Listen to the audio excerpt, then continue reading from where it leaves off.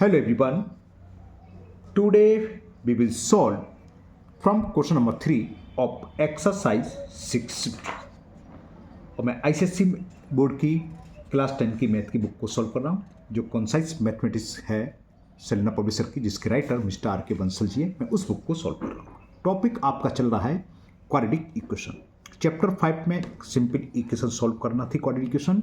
Chapter 6 में word problem है, जिसमें 6 एक कंप्लीट हो चुकी है और 6 भी आपकी ज्योमेट्रिकल फिगर पर बेस है। Problem base on geometrical figure पर है, जैसे triangle, triangle, right angle triangle या स्क्वायर, इस टाइप की फिगर पर क्वाड्रेटिक इक्वेशन बनेगी। प्रॉब्लम है, वो सारी प्रॉब्लम है। 2 क्वेश्चन बल्कि 3 क्वेश्चन कंप्लीट हो चुके हैं। तीसरे क्वेश्चन में कुछ गड़बड़ी हो गई थी, अपलोड करने में शायद पूरा नहीं हुआ है, इसलिए मैं इस वाली वीडियो में थर्ड क्वेश्चन से ही वीडियो बना रहा हूँ। चलिए स्टार्ट करते हैं। Question number 3। क्वेश्चन 3 है, the sides of a right angle triangles are x - 1 centimetre, 3x centimetre and 3x + 1 centimetre. तो find first part the value of x, second the length of its sides और third its area. तो उस राइटेंगल triangle की तीनों sides निकालनी है, area निकालना, और सबसे पहले हमें x की वैल्यू निकाल लेंगे। कैसे होगा समझाते हैं आपको। अब यहां पर हमें एक राइटेंगल ट्राइंगल दे रखा है, तो मैं एक बना लेता हूँ। कुछ भी नाम डाल दो, ABC, PQR, वो आपकी मर्जी है, कुछ भी लिख सकते हो क्योंकि हमें साइड्स रखी है। तो साइड्स ऑफ रेक्टेंगल ट्राइंगल्स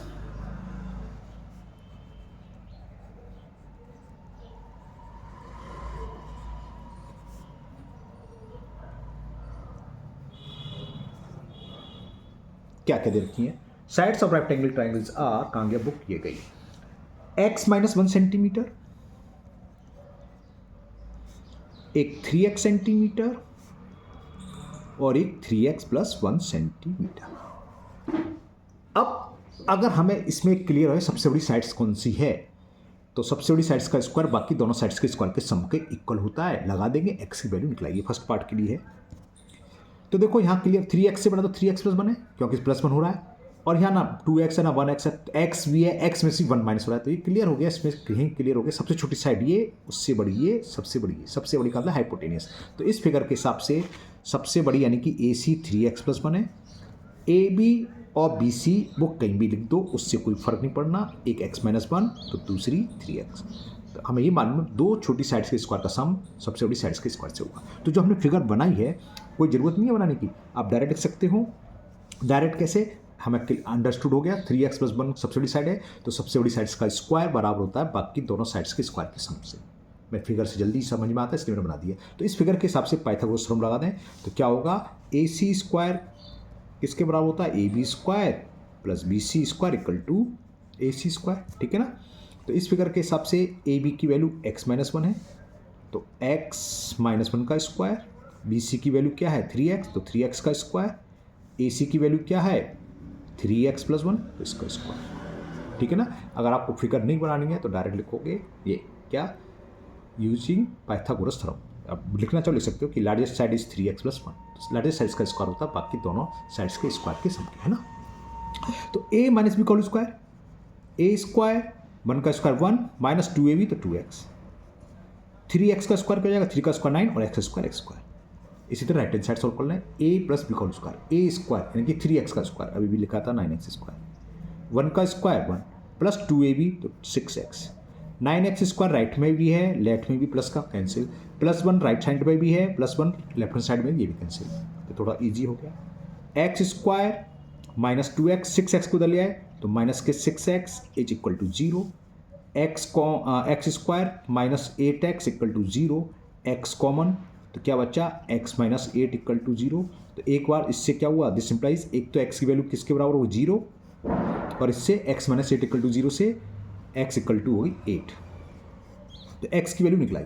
लेकिन 0 वैल्यू नहीं होगी, क्यों, यहाँ एक साइड 3x है, तो 3 × 0 करोगे तो क्या हो गया 0, और 0 के लिए 0 - 1 साइड आ गई माइनस में, है ना। यहाँ तो सही है, 1 हो सकती है साइड ट्राइंगल की, लेकिन माइनस में भी नहीं हो सकती, और ट्राइंगल की कोई साइड 0 नहीं हो सकती, इसलिए ये पॉसिबल नहीं है। लिख दोगे इट इज नॉट पॉसिबल। तो फर्स्ट पार्ट कंप्लीट हो गया, sides value of x is 8।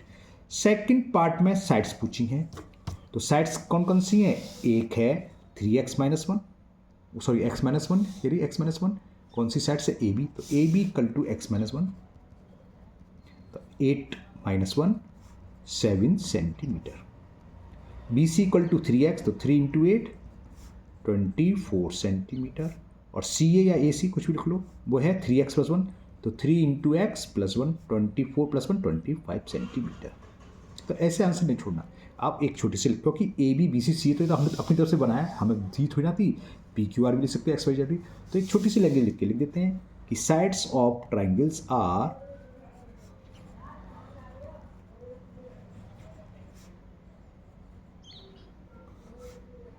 कितनी 7 सेंटीमीटर, 24 सेंटीमीटर एंड 25 सेंटीमीटर।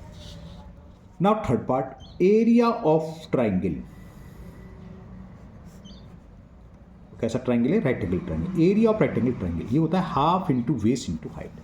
हमें साइड मालूम पड़ गई तो यहीं से क्लियर हो गया, सबसे बड़ी साइड्स होती है हाइपोटेनियस, इसको भूल जाओ। तो हाफ इन दोनों का मल्टीपल कर दो, एक बेस होता है एक हाइट होती है, कोई सा बेस मान लो कोई सा बेस। तो हाफ 7 इंटू 24, 2 से 12 बार कैंसिल, 12 7 जा 84 स्क्वायर सेंटीमीटर। तो एरिया ऑफ ट्राइंगल क्या आ गया हमारा? 84।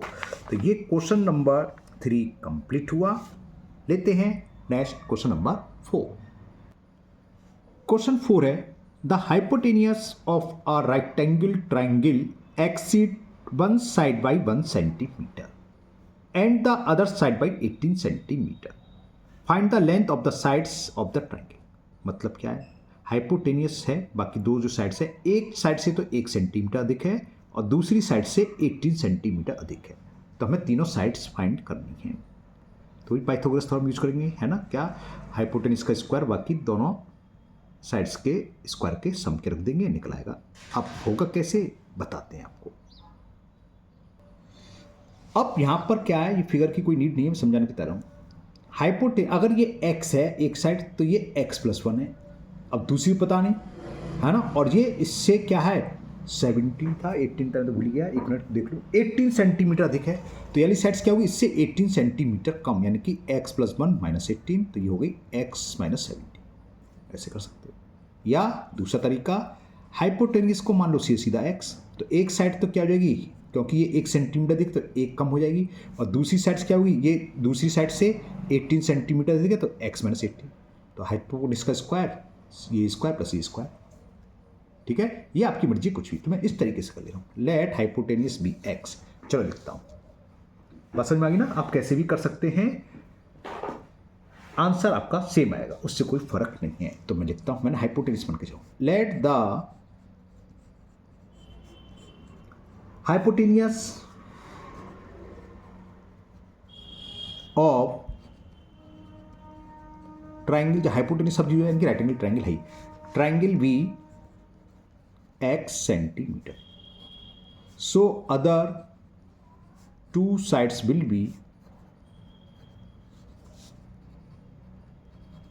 हाइपोटेनियस एक साइड से 1 सेंटीमीटर अधिक है, तो दूसरे शब्दों में बोलें तो वो साइड उस हाइपोटेनियस से 1 सेंटीमीटर कम होगी।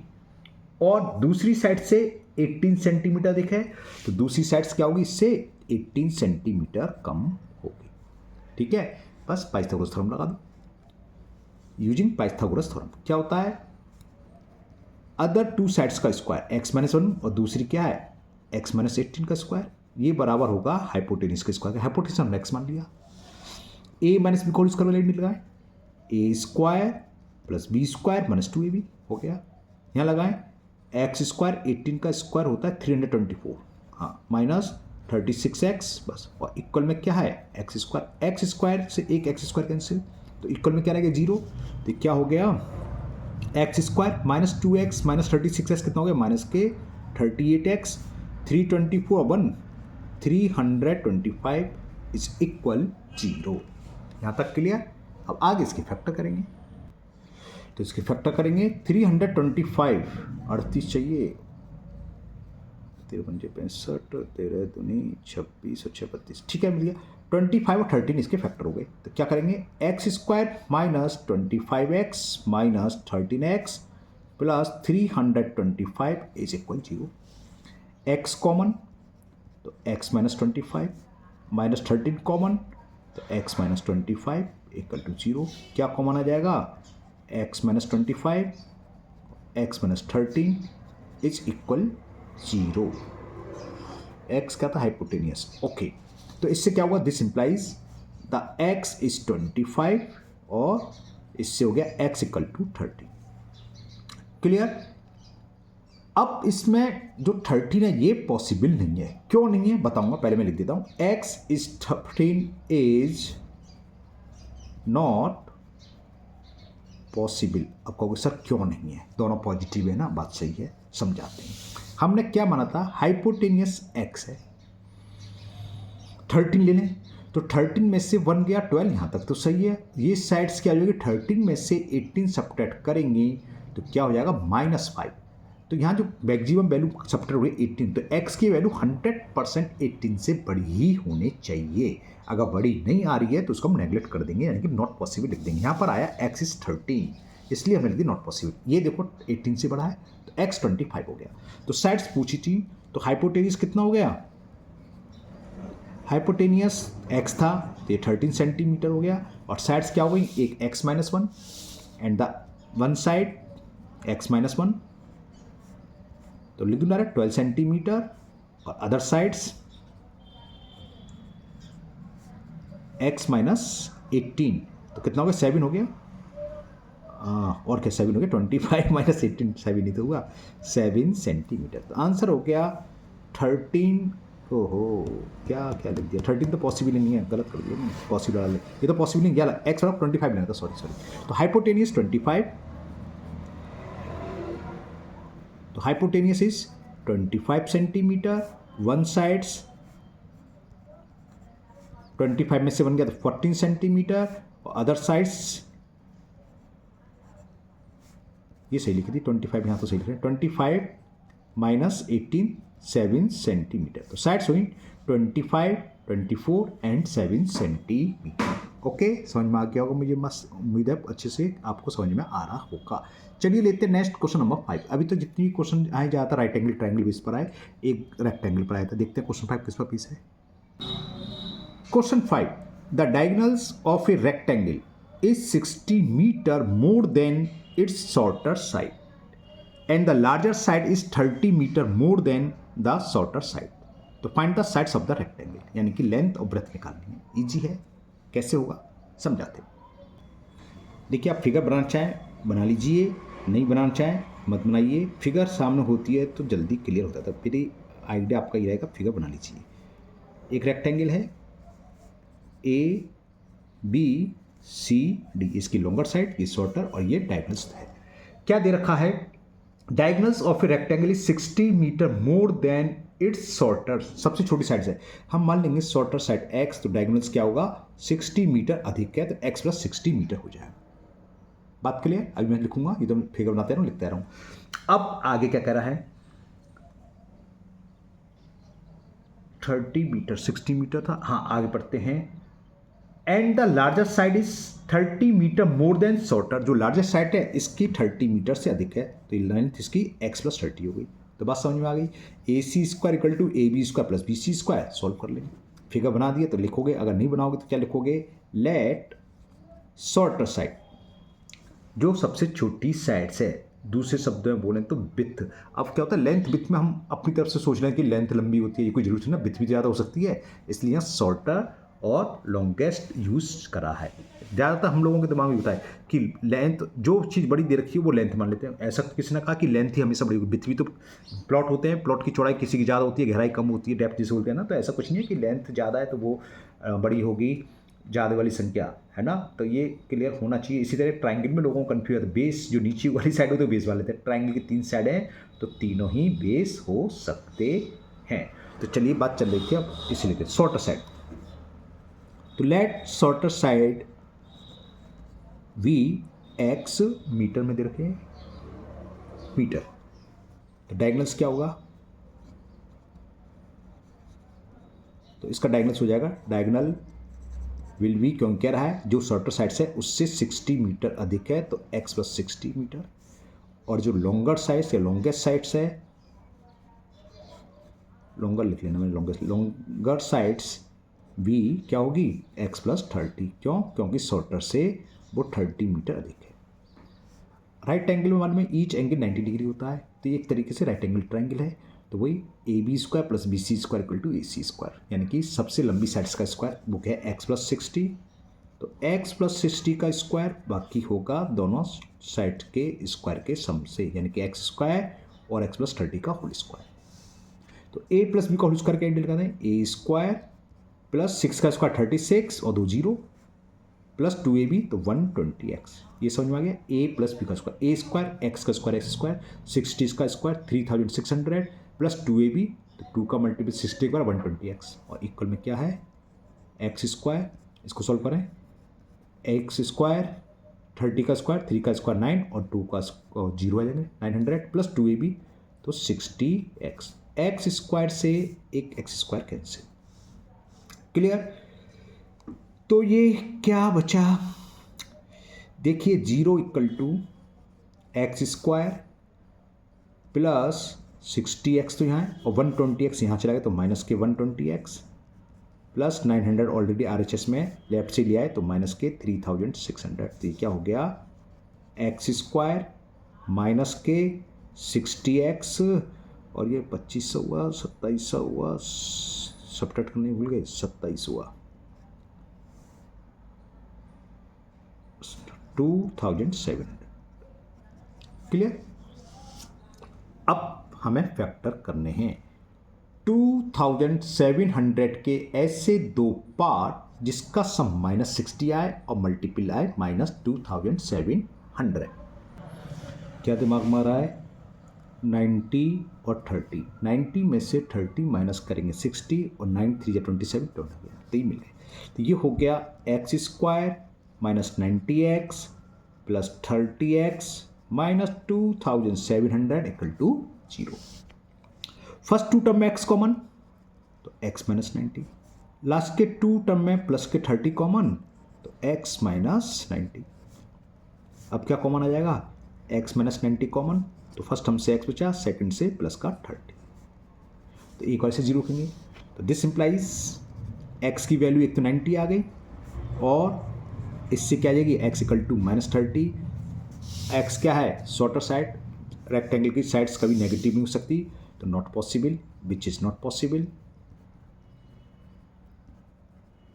तो x हो गया 90 मीटर। तो शॉर्टर साइड क्या थी x, तो shorter sides is 90 metre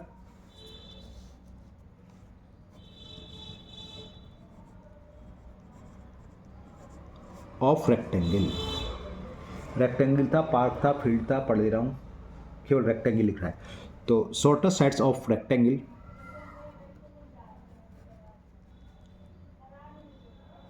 90 metre, तो लॉन्गर साइड्स क्या हो जाएगी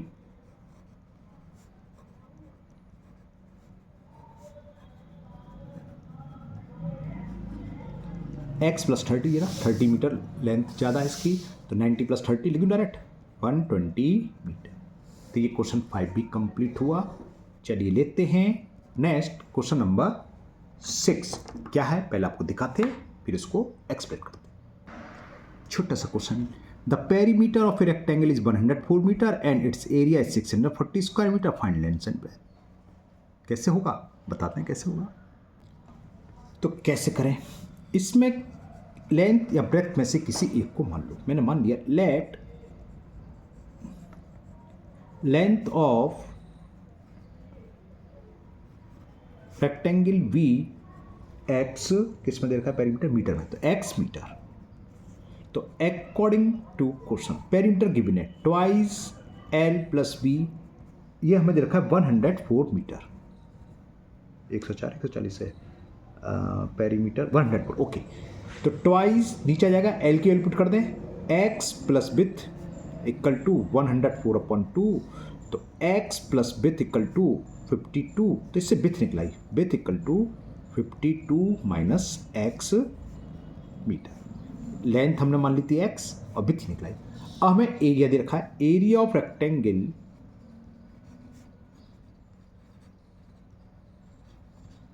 वो होता है एल इंटू वी, चलो छोड़ो वो हमें क्या दे रखा है, पहले लिख दूँ 640 स्क्वायर मीटर। अब होता है एल इंटू वी, एल हमने एक्स माना और विथ कितनी है 52 माइनस एक्स, बस हो गया सवाल यहाँ से।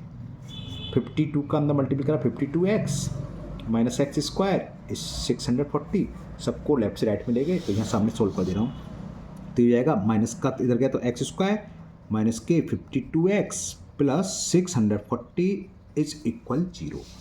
अब 640 के हमें फैक्टर करने हैं, 640 को दो ऐसे पार्ट्स में डिवाइड करना है जिसका सम आए माइनस के 52 और मल्टीप्लाई प्लस के 640, वो मिलेंगे,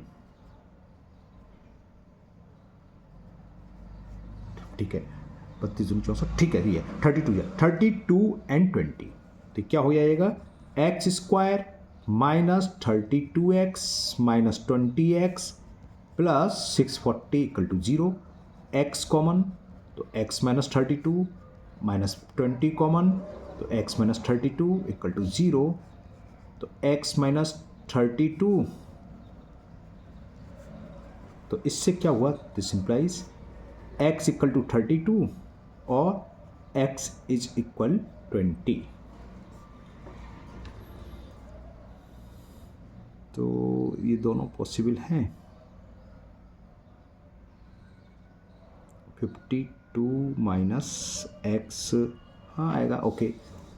तो देखो एक बार ही लेते हैं, तो लेंथ क्या हो गई, लेंथ हमने x मानी थी, लेंथ ऑफ रेक्टेंगल भी x, तो लेंथ आ गई x यानी कि x की वैल्यू 32 मीटर, और विथ वो कितनी आई थी 52 माइनस एक्स, तो 52 माइनस एक्स की वैल्यू 32, तो ये हो गया 20 मीटर। अब जरा देखें एक्स बराबर, हाँ ये पॉसिबल नहीं होगी, क्यों नहीं होगी, एक्स की वैल्यू क्यों नहीं पॉसिबल है 52 में से, वही आएगी रिवर्स करके, चलो बताता हूँ कैसे। अब जब x बराबर 20 है, व्हेन x इक्वल टू 20, तो लेंथ इज x यानी कि 20 मीटर और with is 52 minus x, 52 minus x तो ये होगी 32 मीटर, तो इसलिए शॉर्टर्स और लॉन्गर लिखते हैं, है ना।